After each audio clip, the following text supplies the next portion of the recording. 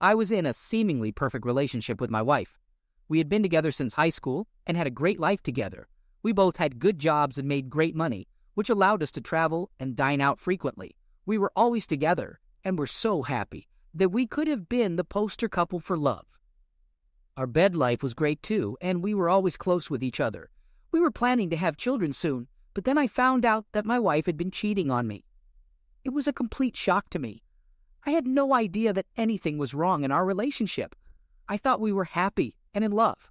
But then I found out that she had been seeing someone else behind my back. It felt like my whole world had been turned upside down. I had always wanted to be a father, but now that dream was shattered. I couldn't imagine having children with someone who'd betrayed me in such a way. It was a huge blow to my self-esteem and my confidence in relationships. I felt like I had been living a lie for all these years. On Easter morning, my family and I had planned to help out at our church by hiding Easter eggs for the kids to find later. We woke up early at the break of dawn and quickly got dressed without showering before driving to the church together. We were all a bit groggy, but excited to help out and spend time with our church community. When we arrived, we were given baskets of eggs to hide around the church property. We started by hiding the obvious eggs in plain sight for the little ones, and then moved on to more challenging hiding spots for the older kids who would be arriving later in the day. My wife took lots of pictures on her phone of us and other members of the congregation as we worked. After we finished hiding the eggs, we all hung out and chatted while enjoying coffee and donuts. It was a great opportunity to catch up with friends and neighbors we hadn't seen in a while. We talked about our plans for the rest of the day and shared stories about past Easter celebrations. We brought my wife's iPad with us, which I used all the time. I'm not very tech-savvy, so I don't know what happened exactly. But as we were walking into the house, an icon appeared in the lower right corner of the screen that said something about photos. Suddenly, a bunch of pictures appeared one after the other. I don't know if my wife's phone was syncing to the iPad or our Wi-Fi. I saw that the pictures were the ones my wife had just taken minutes before outside the church, so I kept reading my article while she tried to figure out what had happened. Out of the blue, a few images flashed on the screen that seemed to contain shocking content, which was very unlike my wife. I attempted to tap on the pictures to go back, but it was as if the photos weren't on the iPad. They just appeared for a brief moment. I checked the photo folder on the iPad, but I couldn't find anything inappropriate, or even the photos taken at the church. My wife grabbed a bottle of water from the kitchen and headed back to bed. As she walked up the stairs, I couldn't shake the feeling that she might be keeping something from me for the first time in our relationship. I searched every folder on the iPad, hoping to find what I'd seen, but eventually realized I'd have to check my wife's phone to put my mind at ease. I went upstairs and found her sleeping peacefully in our bed. I picked up her phone from the charger and took it to the bathroom. We never had any rules about phone privacy. We just used each other's devices freely with nothing to hide. So when I discovered her passcode had been changed, my heart nearly skipped a beat. I tried it multiple times at different speeds, but it was definitely changed. Tears welled up in my eyes, realizing my wife was likely hiding something from me. It was a sign that there was something I needed to know, something I was unaware of. I did my best to act as normal as possible. She knew me better than anyone, so hiding my emotions and being discreet was challenging. Later that afternoon, while she was in the kitchen, I heard her text alert. I peeked around the corner just in time to see her enter a new passcode, so I knew I wasn't going crazy. That night, after she went to bed, I took her phone to the bathroom again. I entered the new code and checked her photo gallery. To my surprise, there were no inappropriate photos. I even found the pictures she took at the church that morning, and they were all innocent. I was about to close the app when I decided to check the deleted photos. To my shock, I found 2 revealing photos of my wife and an unclothed picture of a man who wasn't me. I quickly sent all 3 pictures to my phone, deleted the text, and removed the photos. I put my wife's phone back in its place, went to the downstairs bathroom to avoid making noise, and threw up as if I'd taken ipecac. I had never seen those pictures of my wife before. We didn't engage in that sort of thing, and I didn't really want it. I knew how beautiful she was without clothes, and we felt that such photos could come back to haunt people. We were a united couple, with no need to share our bed life with the world. Or so I thought. I didn't recognize the man in the picture, and I felt anger without even knowing if my wife knew him. After I stopped retching, I lay on the floor and cried like a child. I had never cried so hard in my life, but I knew something was wrong. I could feel it. I managed to get a few hours of sleep next to my wife before getting up for work.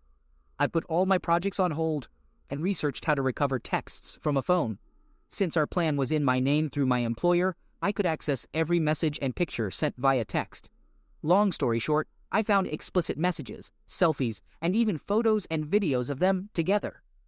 I dry-heaved, having already thrown up everything I could at 2 a.m. I couldn't believe the nightmare I was living was real. But I knew instantly that everything with my wife, my best friend, was over, and all my dreams were shattered. I let out primal screams of anger. I was grateful she wasn't there when I discovered everything. I didn't know what I was capable of, and I didn't want her to see me like that. I was at a loss for what to do, where to go, or who to call. My tears stopped, and I sat there, completely numb, unsure of my next move, but certain I didn't want to take any action. I knew my unproductive morning would turn into an unproductive day. I returned to work, checked in with each team member on our company project, and then left. I couldn't even bear to look at my wife, so I just drove around for hours, reeling from the shock, oscillating between tears and anger. The evidence was irrefutable and overwhelming. I considered sending all the information I'd discovered to her and our families before driving my car off a cliff. My wife typically arrived home from work a few hours before me, so I parked down the street from her school, curious to see where she'd go after work. Based on what I'd discovered, I suspected she might visit her lover for a post-work rendezvous. However, she went straight home, unaware that I had been trailing her for most of the journey. I had printed out numerous texts and photos at work as evidence of what I knew. I expected her to deny everything until I presented the proof, which would likely lead to a heated argument. But I didn't want that. I never wanted to see her, speak to her, or be near her again. Those images, in particular, instantly extinguished any love I had for her. In just one day, my feelings for her transformed from boundless love to pure hatred. I couldn't comprehend how she could do this to me. Our relationship was over the moment she cheated. I was just the last to find out. My thoughts were scattered, and all I wanted was to enter our home, pack a bag, and leave without encountering her or uttering a single word.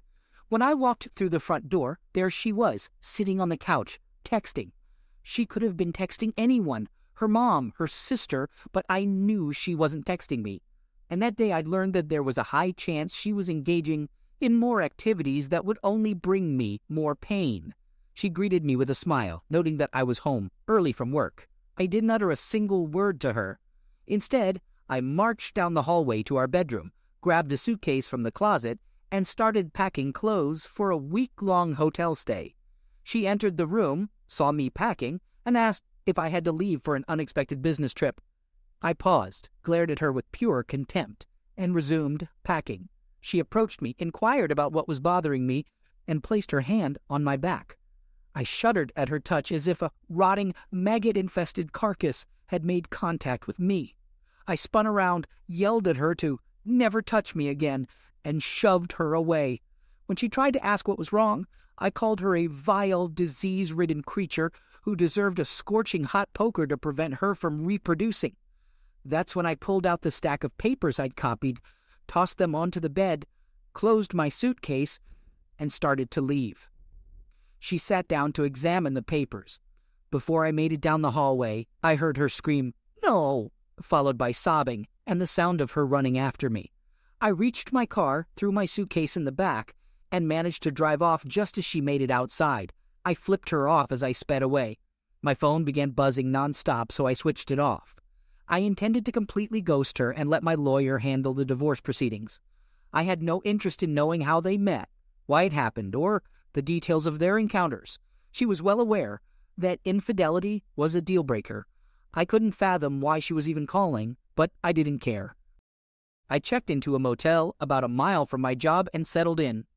I forced myself to eat at a nearby restaurant, even though I had no appetite. Back in my room, I used the motel phone to call my mom and update her on my whereabouts. She had been worried since my wife had called her shortly after I left. I asked my mom if she knew why I had left, and she confessed she didn't. I filled her in on what I discovered, explained that we'd be getting a divorce, and mentioned my plans to find a job in another state to avoid ever encountering my soon-to-be ex-wife or her family again. I asked her to keep this information between her, my dad, and my siblings. My mom broke down in tears. I couldn't see her, but it sounded like she was sobbing uncontrollably and in disbelief. The realization that my wife and her family would no longer be a part of our lives was painful. I'm sure the thought of never holding a grandchild fathered by me hurt her deeply, but she knew how I was raised, so she understood that I was done. After the call with my mom, I was drained. I got up and peered through the peephole to see my soon-to-be ex-wife anxiously waiting for me to open the door. I couldn't comprehend how she'd found me, let alone figured out which room I was in, but I didn't want to see her or hear her voice. After what she'd done, she had no right to even glance in my direction, so I used the motel phone again, but this time I called the local police. I stayed on the line explaining the situation as they dispatched 2 officers. I watched as they escorted my wife away from the door and toward their patrol car. One officer then knocked on my door and I let him in. He assured me they wouldn't let my wife in and asked how I wanted to proceed. I told him I wanted her to leave me alone and that I never wanted any contact with her again. Together, we filled out the necessary paperwork for a restraining order. He double-checked that I wanted the order, as it would prevent me from returning to my house without a police escort. I told him I never wanted to set foot in that house again. I was done with her, and she could have the house and everything else. He got her to sign the restraining order, and I watched as they drove away before returning to bed for a few more hours. The next day, I made it to work. Everyone asked how I was feeling, assuming I'd left the previous day due to illness.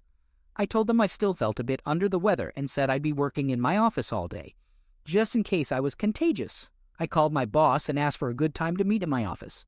15 minutes later, he was sitting across from me. I'm sure he expected an update on the project my team was working on. When I told him I discovered my wife's infidelity the day before, he seemed almost as shocked as I was. I didn't mention that I'd soon be looking for a job out of state, but I did make it clear that reconciliation was impossible, and that as far as I was concerned, my wife was dead to me. It took all my strength not to break down in tears. I told my boss that I planned to immerse myself in work to distract from my personal life, explaining that I needed the work more than the paycheck it provided. He assured me I could work as much as I wanted and even sleep in my office if necessary. I thanked him for his kindness and asked him to keep everything confidential until the news inevitably spread. After work that day, I visited my parents' house for dinner. All my siblings and their spouses were there too. As dinner was winding down, my parents pulled me aside and suggested I inform everyone about what had happened and what was about to happen. I started talking while a few people were still eating, but the news quickly dampened everyone's appetite. They were all as shocked and furious as I had been.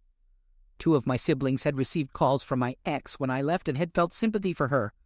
Both wished they'd known the situation so they could have given her a piece of their minds. I assured my family that I wanted my wife and anyone related to her to be ignored, blocked from contact, and ostracized.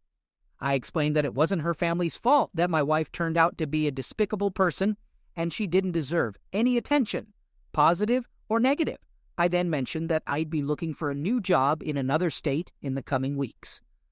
Some family members were upset, not at me for feeling that's what I needed to do, but at my wife for her actions, which were forcing me to leave those who loved and cared about me. I agreed that it didn't seem fair, but the likelihood of getting everyone related to her to leave the state out of shame was slim. The next day, I met with my lawyer for the first time. We live in an at-fault state, so the stack of papers proving infidelity was a welcome sight for her.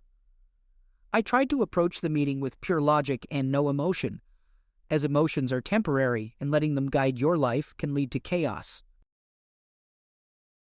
I explained that she and her staff would need to act as intermediaries between my wife and me. until the divorce was finalized, and mentioned the restraining order in place. I told her I didn't care about any of our possessions, as everything we owned reminded me of my soon-to-be ex-wife, and I didn't want a single item or the house. My only concern was ensuring she couldn't touch my 401k or other investments I had before marriage. That's when my lawyer asked if I wanted a fair and equal divorce or a scorched earth approach. I pondered for a few moments, feeling the emotional turmoil causing actual physical pain. I knew the events I was experiencing had changed everything forever, and there was no turning back. A week earlier, I would have chosen the fair route, but now I felt nothing but hatred and disgust for the woman who had lied to me and betrayed me like no one else had. I instructed my lawyer to pursue every possible avenue to make the divorce as painful as possible. Any item she managed to get from my ex for me would end up in a massive bonfire after everything was finalized. At that moment, I imagined that the bonfire being so huge and bright, it could be seen from space. I wanted her to go after my wife financially, and, if they could identify the other man, to go after him as well. My state has alienation of affection laws, which allow a person to sue someone who contributed to the end of a marriage in civil court. I told my lawyer to contact his partner if they discovered he was in a relationship. In short, I wanted to make their lives a living nightmare. I wanted to convey to my wife that I despised her beyond words and was out for vengeance. I wanted to destroy her life, like she'd so casually destroyed mine, and let the chips fall where they may. My lawyer called me at work today to inform me that my wife had been served with divorce papers at her job. She asked me to come by after work to speak with the messenger they'd sent to deliver the papers to my wife, just knowing she'd been served, and was realizing I would never be a part of her life again was satisfying. But I decided to listen to the messenger, secretly hoping he might tell me my soon-to-be ex-wife had jumped out of a window after being served. He and I sat in an office without my lawyer present, as he explained that he'd taken the paperwork to the school around 10 a.m. He checked in with the front office as a courier, and a staff member led him to my wife's classroom. She was in the middle of a lesson when the employee opened the door. The courier said he walked past the staff member, asked my wife to confirm her name, and told her she was being served with official divorce papers due to infidelity. He said my wife was clearly shocked by the speed of my actions, embarrassed to be served at work in front of her students, and struggled to hold back tears. He told me that as he walked out, she collapsed to the floor and began sobbing uncontrollably. Hearing all this was gratifying, and I was glad she'd received the paperwork. As I mentioned, I have everything planned out and the divorce is underway. I just hurt so much, and I'm genuinely struggling to find a reason to keep going. I don't want to. I want my life back, but that's impossible. There can be no new life with someone else in my future. She destroyed something pure and beautiful that one can only experience once in a lifetime. And despite her tears, she didn't even care. She turned what we had into ashes with her infidelity. I'm struggling to imagine living my life completely alone until the day I die. And I don't want to continue. I hate myself for ever giving her a moment of my time, let alone years of my life. I feel like my entire life has been and will be wasted. Sure, I have a career and the ability to move on, but the thought of doing it alone for the rest of my days is overwhelming. I guess I should explain why I said I'll never be a father and will be alone from now on. I was raised with a certain mindset, and my wife was raised the same way, which is one of the reasons we were so close. I suppose in the end, she didn't care about her upbringing and chose to destroy us both. I was raised to believe that humans weren't meant to engage in casual, meaningless encounters with random hookups. I believe the most ideal relationship a person can have in this life is one where the two have only been close with each other. I understand that in today's world, this viewpoint may seem outdated to most, if not all. But two people discovering closeness together, sharing every act, is a beautiful thing. No one has to worry about past partners. I thought I had found the one, the person I would spend the rest of my life with. But it turned out to be a lie. My wife claimed to cherish our bond, but it was all just a facade. I feel like I've been cheated on, and it's left me feeling defiled and dirty. I know my views on relationships may not be popular, but I stand by them. I believe that a lifelong bond between two people, regardless of gender, is the best way to build a strong and lasting relationship. It's a commitment that should be cherished and valued, not taken for granted. But now, I'm struggling to move on from my failed marriage. The date of my spouse's birthday serves as a painful reminder of what I've lost. I wish I could just erase every memory of her from my mind and forget that I ever knew her. What were once cherished memories are now nothing but bitter memories of lies and deception. I'm trying to focus on work to distract myself from the pain, but it's not easy. I'm taking it one day at a time, hoping that someday I'll find happiness again. But for now, I'm just trying to come to terms with the end of my marriage and figure out what the future holds.